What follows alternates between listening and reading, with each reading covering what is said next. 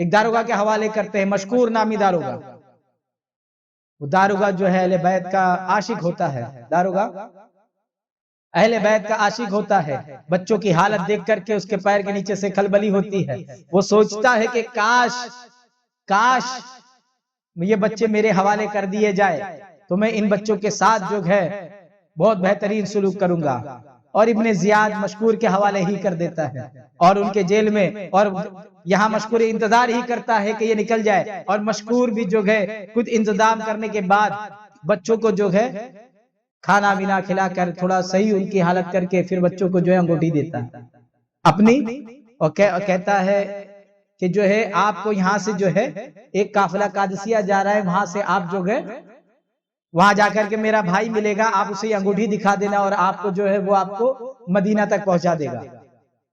ایک انتظام کرتا ہے بچوں کو آزاد کرنے کا. بچوں کی حالت دیکھ کر کے برداشت نہیں ہو پاتا. حضرت مشکور بھی اور بچوں کو جو ہے وہ قافلے تک پہنچانے کی کوشش کرتا ہے، لیکن ہائے قسمت، وہ قافلہ بھی جو قادسیہ کا وہ قافلہ بھی جو ہے نکل چکا ہوتا ہے. بچے اس قافلے کو بھی پکڑنے کے لیے دوڑتے رہتے رات بھر دوڑے. اب گھبرائے ہوئے تھے، اتنی مار کھائے کہ نڈھال تھے. اب جان چکے تھے کہ ابا کا نام بتانے کے بعد مار ملے گی، تماچے ملیں گے. آج جو ہے نانا جان کے خاندان والوں کا کسی کا نام لیے تو مار کھانا ہے. اس لیے آج اپنی پہچان چھپانی ہے. آج ہم ڈھونڈنا چاہتے ہیں کہ کون سادات ہے، ہم اس کی جو ہے اس کو سروں پر بٹھائے، ان کو آنکھوں کے جو ہے چین بنائے. لیکن وہ ایسا وقت آ گیا کہ بچوں کو لگنے لگا آج اگر اہل بیت کا نام لے لیا تو جان پر بنائے گی. بچے سہمے ہوئے بھاگتے تھک گئے، نڈال ہو گئے. اور صبح کی پہلی پاؤ پھوٹی، صبح کے قریب ہو گئے. بچے گھبرا گئے، بولے اب تو کچھ ملنے والا نہیں ہے. تو بچوں نے ایک جھاڑ تھا، کھوکھلے جھاڑ کے اندر، اس کی کوہ کے اندر جا کے پناہ لے لی. کھوکھلا جھاڑ ہوتا اندر، اس میں جا کے پناہ لے لی. چھپ کے بیٹھ گئے سہم کر کے، بھائی کوئی دیکھے گا تو، کوئی دیکھ لیا تو، کیونکہ اب یہ ظلم سہ کے آئے تھے دونوں بچے. وہاں ایک لونڈی، قضا کیا مقدر، ایک لونڈی آئی اور لونڈی جو پانی بھرنے لگی تو اس نے پانی میں بچوں کا عکس دیکھا. بچوں کا عکس دیکھا، مڑ کر کے دیکھی، بچوں کو دیکھ کر کے جو ہے اس کا دل ایک دم کشش، ہاشمی خون، وہ نورانی چہرے دیکھ کر کے دل جو ہے، تو بچوں کی حالت دیکھ کر کے وہ بچوں کے قریب گئی اور بہت کچھ تو سمجھ گئی وہ کہ یہ شاید جو ہے مسلم بن عقیل کے دو بچے ہیں. اتنی بات وہ اندر ہی اندر سمجھ گئی. بچوں کا اچھے سے پیار سے جو ہے ان کا چہرہ صاف کرنے، ان کو سمجھانے لگے، ان کو پوچھنے لگے کہ بیٹا آپ کون ہیں آپ لوگ. تو بچے جو ہے بتانے تیار نہیں. تو بہت پیار سے ایک دم محبت کا جب مظاہرہ کرے تو بچے بھی اس بات کو سمجھ گئے کہ یہ دشمنوں میں سے نہیں ہے، محبت کرنے والوں میں سے. تو بچوں نے پھر بتایا. لونڈی نے کہا میں تو چہرہ دیکھ کے ہی سمجھ گئی تھی کہ آپ وہی بچے ہیں. تو حضرت وہ لونڈی کہے کہ چلو میں تم کو میری مالکہ کے پاس لے کے جاتی ہوں، میرے مالک کے پاس لے کے جاتی ہوں. میری مالکہ وہ جو ہے اہل بیت کی بہت عاشق ہے اور جو ہے سیدہ کائنات کی بہت شیدا ہے. اگر اسے پتا چلے گا کہ جو اہل بیت کے پھول ان کے گھر میں آئے ہیں تو وہ تمہارے راہوں میں اپنی پلکیں بچھا دے گی.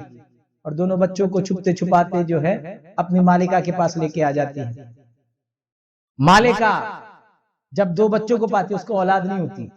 جب یہ دو بچوں کو دیکھتی ہے اور جب پورا ماجرا پتا چل ہوتا ہے تو اس کا کلیجہ بھر آتا ہے. دونوں بچوں کو اتنی محبت دیتی ہے کہ دو بچے جو جب انہوں نے مکہ چھوڑا تھا اس ماں کا پیار ان دو بچوں کو یاد آ جاتا ہے اور وہ اس گھر کو بالکل اپنی آرام گاہ، اپنا گھر سمجھ کر کے رہنے لگتے ہیں. ان کو کھلانا پلانا، نلانا دھلانا، ان کے لیے جوڑے منگا کر انہیں سجانا، سارے معاملات ان کے ساتھ کیے. محبت کا مظاہرہ. وہ بچے تو فری ہو گئے کہ ہمارے ہی گھر ہے. اور بچے جو ہے رات کو جو ہے بچوں کو سلا دیا. دن بھر اس عاشق رسول، بیوی کا شوہر، انہی بچوں کو ڈھونڈ رہا تھا انعام کے لیے. یہ ازلی بدبخت کا نام تھا حارث. اسے ڈھونڈتا رہا لیکن نہیں ملا. بچے نہیں ملے. گھر میں آیا تھک ہار کے تھا، کھانا طلب کیا. بیوی کو بتانے لگا کہ مسلم بن عقیل کے 2 بچوں کو ڈھونڈ رہا تھا، اگر وہ مل جائے گا تو بہت انعام و اکرام ملے گا، وہ ملے نہیں، بیوی کا کلیجہ ایک دم دھڑک گیا، بیوی نے جلدی جلدی کھانا دیا، کھاؤ تو سلا دیا تاکہ جو ہے بچوں کو جو ٹھکانے لگا دیا جائے گا، اس کے چکر میں رہیں گے۔ لیکن رات کو کہاں لگائے، رات کو کہاں لگائے، صبح ہوگی، یہ رات کیسے بیت جائے، صبح کو کچھ انتظام کرتی ہوں، بیوی نے سلا دیا اور اس کو صبح جلد بھگانے کے بارے میں، لیکن قضا کو کچھ اور منظور تھا، اس کو سلا دیا، بیوی نے ساری چیزیں اور بچے جس گھر میں جس کمرے میں موجود تھے اس کو تالا لگا دیا۔ لیکن یہاں بچوں نے جو ہے خواب دیکھا، خواب میں جو ہے نانا جان کو دیکھا، حضور سرور عالم کو دیکھا، خواب میں دیکھتے ہیں کہ نانا جان موجود ہے اور بابا جان حضرت مسلم بن عقیل نانا جان کے پاس، جہاں مولا کائنات بھی موجود ہے، دادی سیدہ فاطمہ زہرا بھی موجود ہے، اور بھی جو ہے مقربین موجود ہے، وہاں مسلم بن عقیل ان کے پاس آتے ہیں تو جو نانا جان ارشاد فرماتے ہیں، اے مسلم بن عقیل میرے بچوں کو کہاں چھوڑ کے آ گئے؟ تو مسلم بن عقیل فرماتے ہیں کہ یہ میرے جو بچے، یہ بچے عنقریب آ کر آپ سے، ہم سے یہاں ملنے والے ہیں۔ ایسا خواب دیکھتے تو دونوں جیسے بچے جو ہے اٹھتے ہیں اور بچے اٹھ کر کے رونے لگتے ہیں، بڑے بھائی محمد اٹھ کے رونے لگتے ہیں اور چھوٹے بھائی ابراہیم کو اٹھاتے ہیں اور بتاتے ہیں کہ میں نے ایسا ایسا خواب دیکھا۔ چھوٹا بھائی کہتا میں نے بھی ایسا ہی کچھ خواب دیکھا ہے، میں نے بھی ایسا ہی خواب دیکھا ہے۔ دونوں گلے مل کر کے رونے لگے، ان کو کیا معلوم تھا کہ موت کے گھر میں پناہ ہے، وہ تو سمجھ رہے تھے یہاں تو ہماری بقا ہے، لیکن فنا کے دروازے کھول رہے، دونوں بچے آپس میں لپٹ کر کے رونے لگے، بلبلانے لگے، یہاں تک کہ روتے روتے سسکیاں بن گئی، ہچکیاں بن گئی، آواز بلند ہونے لگی، اور ان کی آواز سے حارث لعین جاگ گیا، سویا ہوا تھا، جاگ گیا، جاگ کر کے جو گئے پوچھنے لگے آواز کہاں سے آ رہی ہے؟ بیوی سمجھ تو گئی تھی کمرے سے آ رہی، کہیں باہر سے کسی اور کے وہاں سے آ رہی ہوگی، پڑوس کے رو رہے ہوں گے، لیکن کہے نہیں یہ لالچ تھی، یا وہی بچے تو نہیں ہے، 2 بچوں کے رونے کی آواز آ رہی۔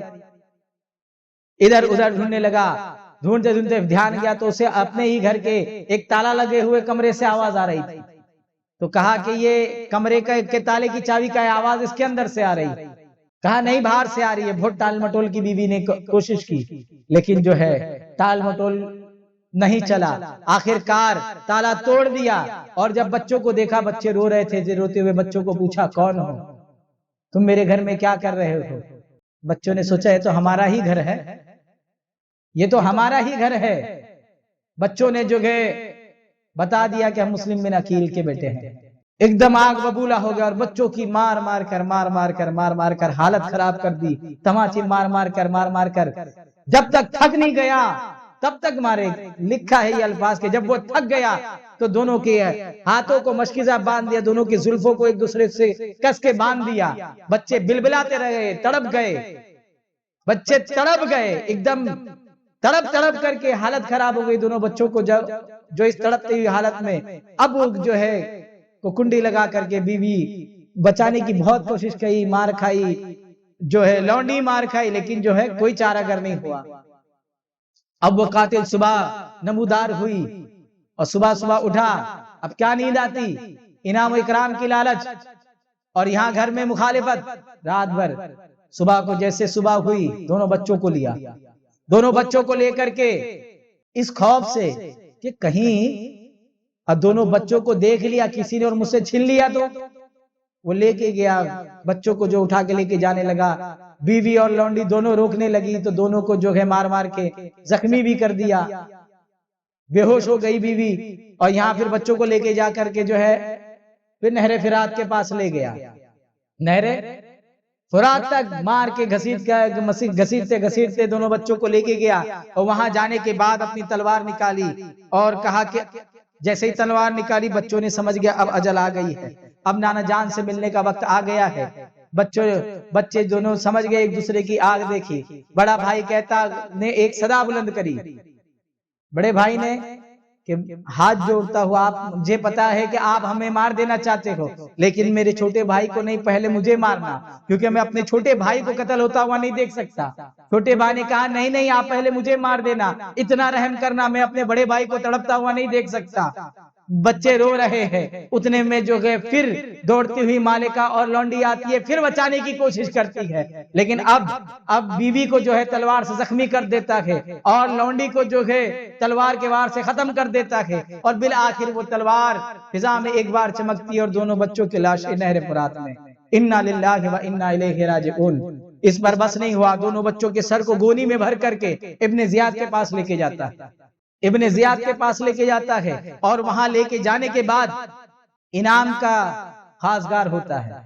تو حضرت مسلم بن ابن زیاد وہ سوچتا ہے کون سے میرے سے خاص دشمن ہے کہ جس کے لیے انعام و اکرام دیا جائے۔ تو دونوں بچوں کے سر کو جب پیش کرتا ہے ابن زیاد آگ ببولا ہوتا ہے۔ ابن زیاد اس کے آگ ببولا ہونے کی وجہ یہ تھی کہ اس نے یزید کو خط لکھ دیا ہوتا ہے کہ مسلم بن عقیل کے 2 بچے جو ہے آپ کو زندہ پکڑ کے دے دیے جائیں گے، اور یہ تو پہلے ہی لکھ دیا ہوتا ہے جب مشکور کے حوالے کرتے ہیں۔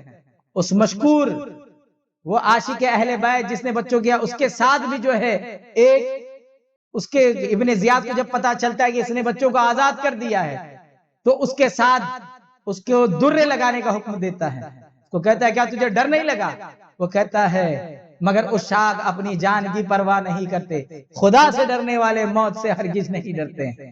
وہ کہا کہ اگر میں تجھ سے ڈرتا تو پھر میں خدا سے کیا کرتا؟ مجھے تجھ سے زیادہ خدا سے ڈر ہے، میں خدا سے ڈر ہے، مجھے رسول خدا کو چہرہ دکھانا ہے۔ اگر میں تیری اطاعت کروں گا تو مجھے کیا ملے گا؟ مجھے ملے گا کیا؟ لیکن اگر میں نے رسول خدا کی جو ہے نونے والوں کے بارے میں کچھ سوچا ہے تو مجھے یقین ہے کہ میرے حضور میرے شفیع ہوں گے۔ حکم دیتا ہے ابن زیاد کہ مشکور کو جو ہے 500 درے لگائے جائے، 500 درے لگائے جائے۔ روایت میں آتا ہے کہ آپ کو پہلا درہ لگا تھا، آپ کہتے ہیں بسم اللہ الرحمن الرحیم۔ دوسرا درہ لگاتے ہیں تو کہتے ہیں اے اللہ مجھے ہمت دے۔ تیسرا درہ لگا دے، آپ کہتے ہیں اے اللہ مجھے صبر دے، اے اللہ میرے گناہوں کو معاف کر۔ 5واں درہ لگتا ہے، آپ کہتے ہیں اے اللہ مجھے اپنے حبیب کی جو ہے دامن میں جگہ دے دے، وہاں پہنچا دے۔ اور بالآخر وہ آپ کو جو ہے درے لگتے رہتے ہیں اور آپ جو ہے شہید ہو جاتے ہیں۔ انا للہ و انا الیہ راجعون۔ یہاں یزید کو خط لکھ دیا تھا ابن زیاد نے، اس لیے آگ ببولا ہو رہا تھا کہ اب یزید کو کیا جواب دوں گا؟ میں نے کہا تھا کہ بچوں کو زندہ حوالے کروں گا اور اسے تو مار دی ہے۔ اب آگ ببولا ہوا اور وہاں کہا کہ ہے کوئی اسے لے کے جا کر کے اس کی اصلی اوقات اسے دکھا دے۔ تو وہاں ایک مقاتل نامی، کیا نام؟ مقاتل نامی ایک تھا جو اہل بیت کا محبت تھا۔ وہاں کہتے ہیں نا ان کی تلوار یزید کے ساتھ تھی، دل اہل بیت کے ساتھ تھا، بچوں کے ساتھ وہ اندر تڑپ گیا تھا وہ ایک دم، لیکن وہ موقع کر رہا تھا کہ مجھے ملے ہی ہے۔ تو مقاتل کو جو ہے موقع ملا، مقاتل کو کہا اچھا، مقاتل نے کہا میں اس کو انجام تک پہنچاؤں گا۔ کہا جاؤ جس جگہ بچوں کو اس نے جو ہے بچوں کے ساتھ یہ معاملہ کیا وہیں اس کا بھی معاملہ پورا کر دوں۔ تو مقاتل فوج سپاہیوں کو ساتھ میں لے کر کے وہی نہر فرات کے قریب آ کر کے کہتے نا اگر ظلم کرو گے، اللہ والوں کا اگر دشمن بنو گے تو پھر اللہ تعالیٰ کہتے ہیں اگر میرے دوستوں کا کوئی دشمن بنے تو میرا اس سے اعلان جنگ ہے۔ دیکھو کیا ہوتا ہے، مقاتل نے اس کے کان کاٹ دیے، ہاتھ کاٹ دیے، پیر کاٹ دیے، کان کاٹ دیے۔ وہ اسے تو موقع ملا تھا، وہ ایک دم آگ ببولا ہو گیا تھا، اس نے مسئلہ کر دیا، اس کا ایک دم حالت خراب کر دی۔ کس کی؟ حارث کی حالت خراب کر دی۔ اور جب پورا قتل کر دیا اس کے بعد جو ہے ہاتھ پیر کو جمع کر کے جو ہے نہر فرات میں ڈالا، فرات سے لہر اٹھ کر کے پھر پھینک دی باہر، پھر ڈالا، 3 بار ڈالا تھا جو ہے لہروں نے فرات میں ڈال کے پھینک دیا۔ فرات بولتی ہے بازبان حال اب یہ اتنا پاک ہو چکا ہے، اب یہاں اس کے اندر ان 2 نونہالے آ کر میرے اندر آ گئے، اس میں اس ناپاک کو ڈالنے کی بات کر رہا ہے۔ میرا سینہ مچل رہا تھا کہ کاش میں اچھل کے ان بچوں کو بچا لوں، اب آ گئے ان دونوں بچوں کو جو میں اپنے گلے سے لگا لوں، اور ان کے لگانے کے بعد اب کسی کی جگہ نہیں ہے، اس نے پھینک دی نہر فرات۔ پھر ان لوگوں نے کھڈا کھودا اور دفنایا، اس کے بعد زمین کے اندر زلزلہ پیدا ہو، پھر زمین نے باہر پھینک دیا، پھر دفنا زمین میں باہر پھینک دیا۔ یہ سمجھ گئے کہ نہ اس کو پانی قبول کرنے والا نہ زمین، پھر لکڑی جمع کر دی اور اس کو جلا دیا گیا۔ یہ ہوتا ہے اہل بیت کے دشمنوں کا حال کہ دنیا میں بھی آگ ہے اور آخرت میں بھی، دنیا کے اندر بھی ان کی مقدر تباہی ہے، اور آخرت بھی ان کا مقدر تباہی ہے۔